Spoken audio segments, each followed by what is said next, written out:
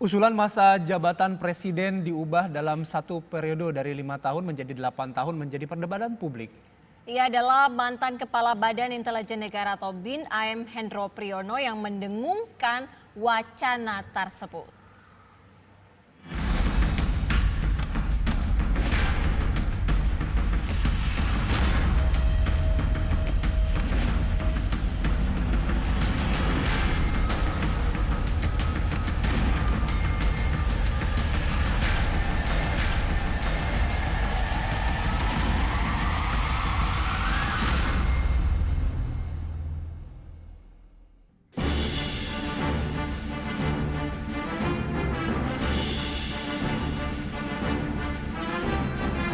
Suhu panas politik dan masyarakat yang terpolarisasi adalah keadaan yang kerap terjadi saat Indonesia menyelenggarakan pesta demokrasi pemilihan presiden 5 tahunan. Tak terkecuali saat Pilpres 2019 yang baru saja usai. Berkaca dari keadaan tersebut, ide tentang perubahan masa jabatan presiden menjadi 8 tahun dalam satu periode mencuat. Usulan tersebut juga membuat istilah petahana tidak ada lagi. Adalah mantan Kepala Badan Intelijen Negara BIN AM Hendro Priyono yang mendengungkan wacana perubahan masa jabatan pemimpin negara. Selain untuk menghindari konflik antar pendukung capres, menurut Hendro Priyono biaya pemilu tiap periode juga kian naik. Pengamat politik M. Kodari menyebutkan, mewujudkan wacana masa jabatan presiden menjadi 8 tahun bukanlah sesuatu yang mudah, meskipun ada dampak positifnya bagi negara. Nah, saya pribadi, menurut saya ini menarik untuk didiskusikan. Seberapa perlunya? Ya, kan pasti ada pro kontranya ya. Kalau yang pro mengatakan supaya minimalisir gesekan setiap 5 tahun sekali. Jadi gesekannya 8 tahun sekali aja, jangan 5 tahun. Yang kedua mungkin secara biaya lebih hemat, ya kan? Biaya 2 kali pemilu dibikin menjadi 1 kali gitu. Walaupun kalau matematikanya mau persis jangan 8 tahun, tapi 10 tahun. Tapi kekurangannya adalah, iya kalau dapat presiden yang bagus. Kalau dapat presiden yang buruk, Anda menderitanya lama sekali. Gitu loh. Dan kebijakan itu kalau sekali melencengnya jauh banget gitu loh, keluar dari orbit begitu. Itu resikonya. Nah, kenapa 5 tahun kali 2? Karena kalau merasa tidak puas, bisa diamandemen, dalam tanda kutip ya, bisa dievaluasi. Jangan kasih lagi kesempatan, kasih kesempatan pada yang... Usulan perubahan masa jabatan presiden saat ini memang tengah menjadi bahasan yang hangat didiskusikan. Namun keputusan sepenuhnya berada di tangan Dewan Perwakilan Rakyat.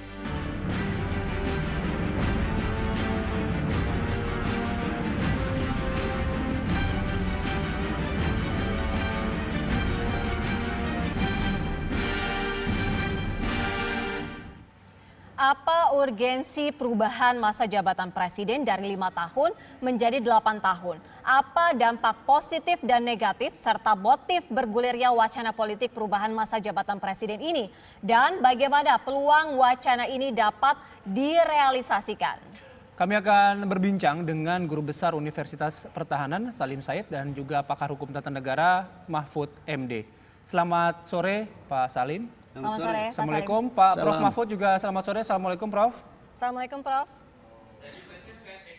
Selamat sore, waalaikumsalam. Oke, saya mau ke Pak Salim terlebih dahulu. Pak Salim menanggapi dengan adanya usulan atau wacana mengenai jabatan presiden 8 tahun dan hanya dibatasi satu periode gimana? Begini, sepanjang yang saya ingat, mudah-mudahan saya tidak keliru, saya adalah orang pertama yang mengusulkan perubahan masa jabatan presiden. Dari 2 kali 5 tahun menjadi 1 kali 7 tahun. Oke. Yang akan menentukan itu bukan saya hanya punya usul saja. Yang akan menentukan kan wakil rakyat. Oke. Itu kan harus mengubah undang-undang dasar. 7 tahun itu suatu hal yang sudah terjadi di beberapa tempat. Yang saya tahu Perancis dan Filipina itu 7 tahun. Persisnya negara mana lagi yang mempunyai sistem itu, kita tanya Pak Mahfud nanti, karena beliau ahli hukum. Saya kan bukan ahli hukum, saya hanya ilmuwan politik. Nah, kenapa saya usulkan satu masa jabatan?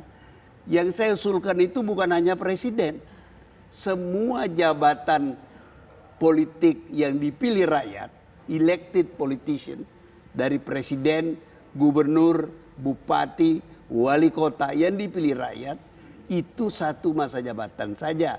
Termasuk DPR? DPR lain. Oke. Tapi kalau dirasa perlu, bisa saja DPR juga bisa diubah. Tapi sekarang yang konkret saya usulkan untuk eksekutif. Oke. Tadi dikatakan kenapa begini? Kalau 2 masa jabatan, ada kemungkinan kurang bagus yang bisa terjadi. Karena kalau seorang sudah memasuki jabatan kedua, pertama, kalau kemungkinan 2 masa jabatan itu bertahan, maka ketika orang itu mulai menduduki masa jabatan pertama, pada umumnya mereka sudah mulai berpikir, merencanakan untuk terpilih lagi pada masa jabatan kedua. Oke. Nah, dalam rangka itu banyak hal bisa terjadi. Mungkin presidennya, gubernurnya, bupatinya orang baik. Tapi banyak orang punya kepentingan pada kekuasaan itu datang merayu-rayu supaya dia terpilih lagi, supaya kepentingan orang yang datang merayu-rayu itu terpenuhi untuk waktu lama.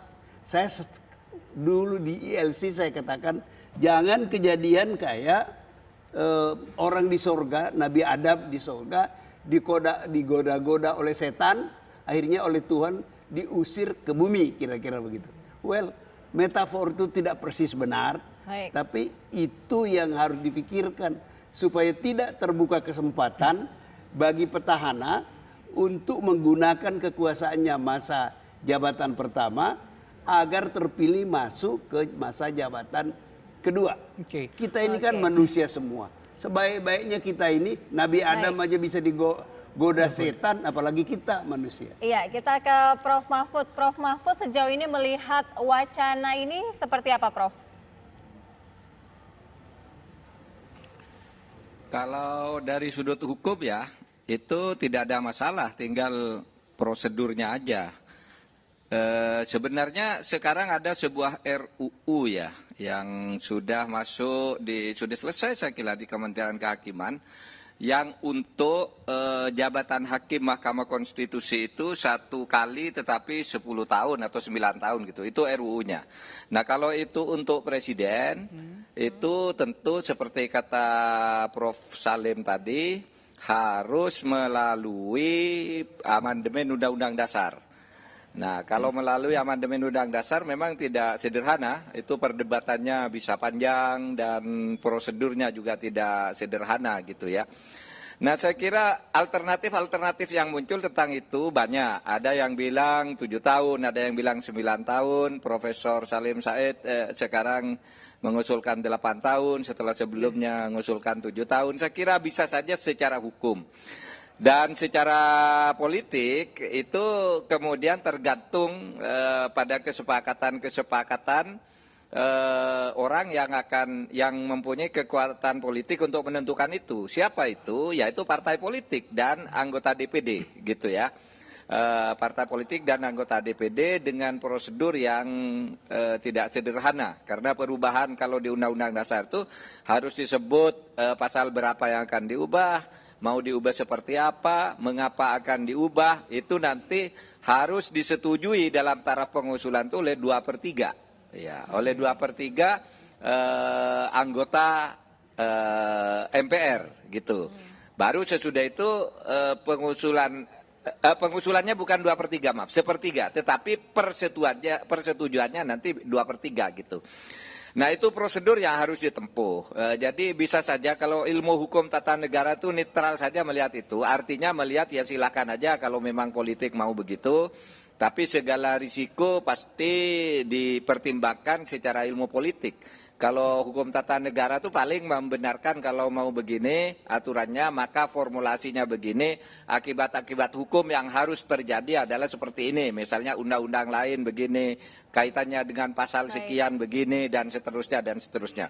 Itu aja kalau hukum tata negara, tapi baguslah terus diwacanakan itu. Iya. Karena memang ada 2 kelemahan dengan sistem 2 periode itu. Ya.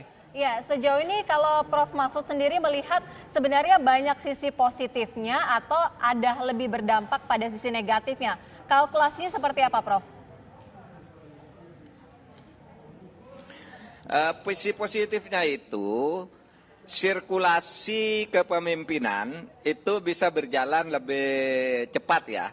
Sebab kalau sekali misalnya ya, sekali jabatan 8 tahun atau 9 tahun, itu kalau ternyata pilihannya kurang tepat, itu kita harus menunggu 8 tahun. Karena tidak mudah memberhentikan seorang presiden di dalam sistem presidensial itu kecuali dengan alasan tertentu yang sangat ketat.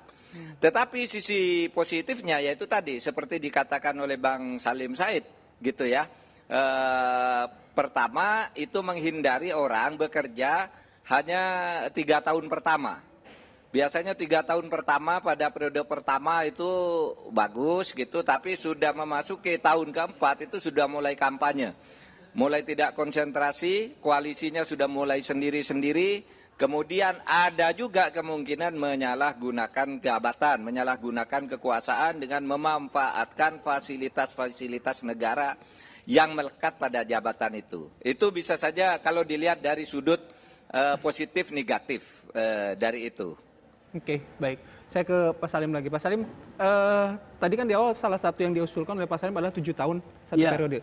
Nah, kalau hitung-hitungan kalkulasi secara psikologis, kenapa angka 7? Kenapa mungkin angka 8? Kenapa mungkin angka 6? Gitu? Saya kira ini agak keliru sedikit Pak Mahfud. Saya tidak mengusulkan 8 tahun. Karena setahu saya di dunia ini sekali lagi, karena saya bukan ahli hukum tata negara, yang saya tahu itu 7 tahun. Tadi saya katakan Perancis dan Filipina. Jadi kalau 8 tahun itu sudah hampir 2 masa jabatan presiden, terlalu lama. Artinya sirkulasi elit jadi terbatas. Oke, itu satu. Kedua, kita ini tidak negeri kaya seperti Amerika. Di Amerika itu tiap 4 tahun ganti presiden. Oke. Dan Kongres Amerika semacam DPR itu tiap 2 tahun itu sebagian ganti. Jadi Amerika itu sibuk pemilu terus. Oke. Dan duitnya banyak. Kita kalau pemilu terus terlalu sering pemilu, duit kita kan tidak banyak. Jadi ada beberapa penjelasan mengapa saya sarankan diubah sistem itu dari 2 masa jabatan kali 5 tahun menjadi 1 masa jabatan 7 tahun. Tapi kan yang saya sarankan kan bukan cuma presiden. Semua ya? Semua jabatan elected politician. Politisi yang dipilih rakyat. Gitu. Oke. Jadi apa yang dikatakan Pak Mahfud tadi penting. Kesempatan elit berganti itu terjadi lebih cepat. Begitu. Tapi gini, dengan adanya wacana seperti ini, kira-kira akan ada respon negatif. Pasti akan ada pro kontra. Kalaupun memang nantinya ada respon negatif, ini siapa yang akan mengusung respon negatif ini dan keberatannya seperti apa? Orang yang punya kepentingan dan tergantung kepada presiden yang berkuasa, yang akan merasa rugi kalau presiden-presiden yang akan datang masa jabatannya dibatasi. Di dalam masyarakat ada banyak sekali kepentingan. Kepentingan-kepentingan yang dirugikan itu akan menolak kebijakan yang merugikan dia. Dan itu bukan soal masa jabatan saja. Dalam segala hal, politik adalah itu. Kalau saya dirugikan dan saya anggota parlemen, maka saya melawan. Kalau saya bukan anggota parlemen, saya LSM, saya kampanye melawan itu. Itulah politik, nggak ada yang istimewa di sini. Artinya parpol juga akan bersuara kencang untuk ini? Ya tergantung kepentingannya dia. Yang memainkan peranan penting nanti di parlemen, di DPD misalnya, itu adalah orang-orang politik. Ada yang independen, tapi kebanyakan yang anggota partai. Mereka lihatlah kepentingan mereka. Tentu saja opini publik memainkan peranan. Kenapa opini publik penting? Karena yang memilih mereka kan adalah publik. Maka tugas intelektual, tugas orang terdidik, terpelajar seperti saya, bukan berkampanye tapi membantu orang mengerti keadaan supaya mereka bisa mengambil keputusan, menentukan sikap yang menolong harapan dan kepentingan mereka. Oke. Prof. Salim kan tadi juga mengusulkan kalau bisa 7 tahun. Kemudian Hendro Priyono mengatakan kalau bisa 8 tahun. Kalau Prof. Salim sendiri melihat sejauh ini kenapa wacana ini disebutkan oleh Hendro Priyono dan digelontorkan? Ya, momennya pada saat ini, kenapa? Tentu ada kepentingan politik beliau. Dan itu tidak salah. Tidak salah, Pak Hendro itu tidak salah. Saya juga tidak salah. Saya warga negara Indonesia. Saya punya nomor pembayar pajak. NPWP ya Pak? NPWP ya. Meskipun pajaknya nggak banyak, uang penghasilannya juga tidak banyak. Tapi saya adalah warga negara yang punya hak itu. Dan mengemukakan pendapat saya secara beradab. Artinya tidak menyerang orang. Itu pendapat saya. Pak Hendro juga begitu. Tapi kalau Anda minta saya mengomentari pendapat Pak Hendro 8 tahun, saya akan mengatakan itu terlalu lama. Hampir 2 jabatan sekarang. Sekarang kan 5 tahun. Kalau 8 tahun itu hampir 10 tahun kan 2 masa jabatan. Jadi kemungkinan perubahan sirkulasi elit berkurang. Kita kan mau cepat terjadi ya sirkulasi elit supaya banyak orang yang mau jadi presiden, kesempatannya lebih banyak. Banyak orang jadi anggota DPR, kesempatan lebih banyak. Mau jadi DPD, kesempatan lebih banyak karena ada sirkulasi elit. Mungkin satu kali kita juga bikin aturan masa jabatan DPR Anda terpilih 2 kali cukup atau 3 kali, lain lagi aturannya. Tapi yang sekarang menurut saya mendesak adalah eksekutif, lembaga petahana yang telah menyebabkan ketegangan politik menjelang pemilu ini sebagian disebabkan oleh adanya lembaga petahana yang mau mempertahankan kekuasaannya. Nah, ini lembaga petahana ini harus dihapuskan. Konkretnya apa? Kalau dihapuskan masa jabatan petahana, masa jabatan presiden dan elected politician ke bawah cukup 1 kali masa jabatan. Ditambah sedikit supaya lebih banyak waktu dia menyelesaikan program dan agendanya. Oke, saya ke Prof. Mahfud berarti sekarang. Prof, tadi di awal juga Prof sudah menyebutkan bahwa kalau misalnya melalui jalur hukum sepertinya praktis tidak akan ada masalah. Tapi kan pasti juga tentu akan ada perdebatan. Nah, ada tidak kira-kira perdebatan dari perspektif norma hukum mengenai jabatan 8 tahun ini, Prof? Iya, tinggal perdebatannya setuju atau tidak setuju dengan alasan masing-masing ya. Dan sekarang sebenarnya ada pada momentum yang tepat kalau mau membicarakan itu.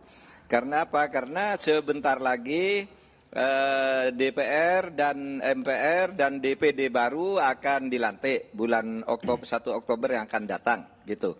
Nah, ini belum punya kepentingan-kepentingan politik yang terlalu mendesak. Sehingga kalau dibicarakan pada saat ini mulai disampaikan kepada mereka melalui parpol-parpol, saya kira tidak masalah juga dicoba. Soal mana yang bagus, mana yang tidak nanti tergantung pada kepentingan politik masing-masing, kata Bang Salim tadi. Tetapi sekarang juga momentum itu tepat, bukan hanya karena ada hasil pemilu yang terbaru untuk pileg dan DPD gitu yang nantinya akan bergabung di MPR yang akan didukung oleh partai-partai. Sekarang ini di MPR sudah dibentuk satu tim untuk perubahan Undang-Undang Dasar 1945 secara terbatas. Ketuanya Ahmad Basarah. Nah, komunikasikan ke Pak Ahmad Basarah, bisa enggak dalam rangka perubahan terbatas itu selain soal GBHN, soal pengangkatan kembali MPR, peningkatan kembali fungsi MPR menjadi lembaga tertinggi negara, bisa enggak jabatan presiden itu sekarang didiskusikan karena ada segi-segi positif yang bisa didiskusikan dari usul itu. Bisa juga kaitannya tuh dengan pemilihan DPR, DPD, apakah juga harus sama masa jabatannya dengan presiden? Kalau melihat di Amerika kan berbeda-beda ya, tidak harus sama masa jabatan itu dan pemilihannya waktunya berbeda. Anggota Senat itu dipilih pada tahun tersendiri, kemudian DPR juga, presiden juga gitu. Nah itu semua kaitannya ke situ nantinya, gitu. Ya, Prof. Mahfud, ini artinya sejauh ini wacana ini cukup baik untuk dilakukan dan diputuskan nantinya ke depannya bersama-sama. Apakah ini artinya ke depannya jika memang masa jabatan pemerintahan ataupun masa jabatan presiden ini 8 tahun, Indonesia akan jauh lebih baik? Ya, saya kira ada segi baiknya, ada segi jeleknya juga, tergantung ya. Kalau misalnya begini loh, kalau misalnya mau memberi stabilitas dan konsentrasi bekerja dalam jangka panjang itu bagus. Tapi kalau ternyata misalnya pilihan rakyat itu kurang tepat, itu harus menunggu lama untuk memberhentikan gitu. Karena presiden itu tidak bisa diberhentikan di tengah jalan tanpa kesalahan tertentu gitu. Kalau hanya lemah di dalam leadership, kemudian dia misalnya membuat kebijakan-kebijakan yang tidak populer misalnya, tetapi tidak melanggar tindak pidana tertentu, itu tidak akan bisa diberhentikan dan itu harus menunggu lama gitu. Persoalan lain misalnya apakah kalau jabatan presiden itu diperpanjang, apakah juga wakil presiden, nanti akan muncul itu misalnya wakil presidennya gimana, satu paket enggak. Karena sudah ada yang diskusi-diskusi seperti itu. Ada juga yang kemudian mengusulkan wakil presiden itu harusnya jangan satu dong, ada dua gitu.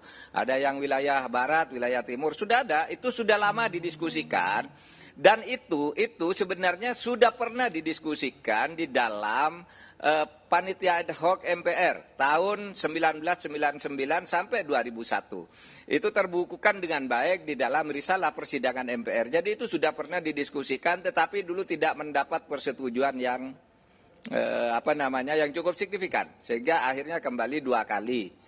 Tetapi tidak boleh lebih dari 2 kali dalam jabatan yang sama. Itu yang disepakati dulu.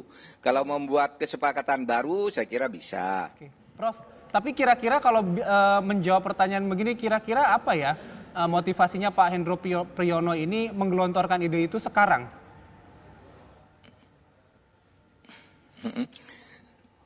Ya karena itu, seperti diwakili oleh Pak Salim Said itu, melihat pengalaman sekarang ini baru 3 tahun bekerja sudah rame bicara koalisi, bicara persiapan pilpres berikutnya. Saya kira itu jawaban yang umum dikatakan oleh semua orang yang mengusulkan perpanjangan jabatan menjadi 8 tahun untuk sekali saja. Alasannya itu sama, karena belum apa-apa sudah mulai berpikir lagi untuk pilpres berikutnya, dan ada potensi petahana belajar dari yang sudah-sudah, terutama di pilkada, itu pada tahun ketiga itu masih semangat, tapi tahun keempat sudah mulai dia tidak konsentrasi, atau konsentrasinya justru ke pilkada berikutnya, bukan ke tugasnya. Nah itu saya kira itu saja alasannya, agar pemerintah bisa lebih konsentrasi bekerja. Hal lain yang sifatnya pidana saya kira tidak ada. Ya. Kalau Pak Salim sendiri melihatnya sepertinya peluang wacana ini akan terrealisasi atau tidak? Kalau melihat dari tadi sempat ada dikatakan perdebatan-perdebatan ataupun pro dan kontra. Ya begini ya, politisi itu kan secara teoritis tergantung di negeri demokratis, ya seperti kita sekarang ini, tergantung dengan aspirasi masyarakat, aspirasi di dalam masyarakat, aspirasi rakyat. Nah kita lihat, kenapa saya bersemangat Anda undang untuk membicarakan soal ini? Karena ini bagian mensosialisasikan kemungkinan perubahan ke arah yang lebih baik. Kalau percakapan kita ini menimbulkan kesadaran baru di dalam masyarakat bahwa ada sesuatu yang perlu kita ubah untuk diperbaiki, maka itu adalah ibadah kita kepada rakyat, kepada masyarakat. Biarlah kita lihat perkembangannya nanti. Apa yang hidup di dalam masyarakat dan apa yang hidup itu apakah ditangkap oleh politisi yang akan menentukan adanya perubahan, berapa banyak perubahan yang akan bisa mereka lakukan dari tempat-tempat di mana mereka berkuasa. Oke, baik. Terima kasih Pak Salim atas waktunya. Prof. Mahfud juga terima kasih sudah bergabung bersama kami di Kabar Petang. Selamat sore. Assalamualaikum warahmatullahi wabarakatuh. Sampai ketemu lagi. Waalaikumsalam warahmatullahi wabarakatuh.